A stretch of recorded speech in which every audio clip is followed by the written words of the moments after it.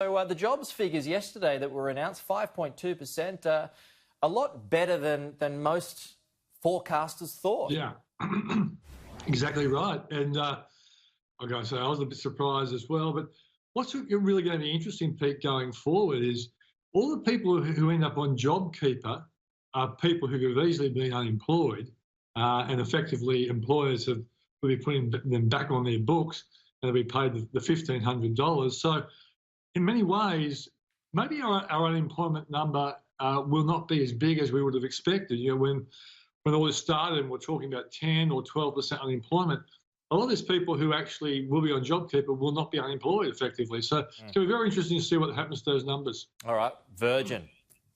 It's been bandied about a bit. You know, does it survive?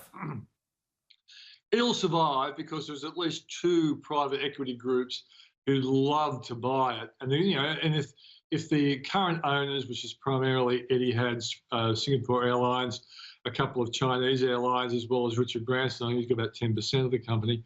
It's only really 10% on the stock market, so 90% is actually held by these private companies, and that's why the government's not prepared to, basically bankroll them. But they know that private equity companies come along and say, "This is a good airline, and we're going to get it at bargain basement prices." So Virgin will survive. This might just have different owners. But Alan Joyce says, that it's been a badly run business, and for that reason, it shouldn't have been given a bailout from the Australian government. There is the 160 odd million that the government is chipping in for the next 8 weeks or so, but it's well short of the 1.4 billion. What do you make of the comments last night that it should well be snapped up by a super fund?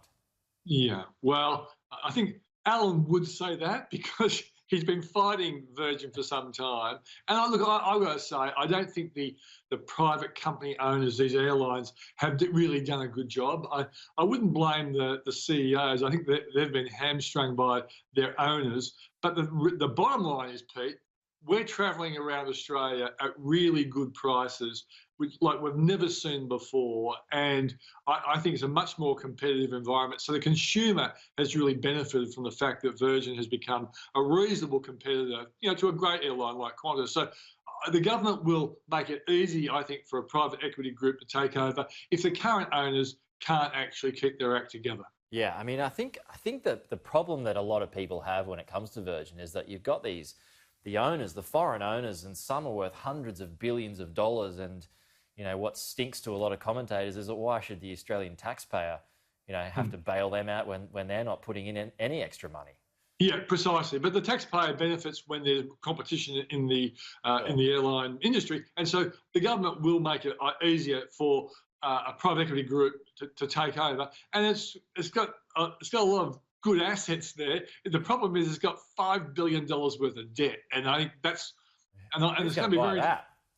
Well, the thing is, but they won't pay $5 billion. The debt will effectively be in the hands of the people who have to sell it, and they'll have to work it out with their lenders. But the new company coming in might pick this up for $1 or $2 billion, and which would be a steal. Yeah, all right.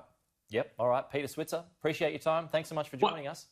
Mate, just one last thing before I go. Yeah. I interviewed Josh Frydenberg on JobKeeper payments. A lot of people don't realise you will pay tax on the JobKeeper payment. My video is there, switzer.com.au, if people want to pick up on it, because there's a whole lot of little things that people don't understand. Right. How much tax?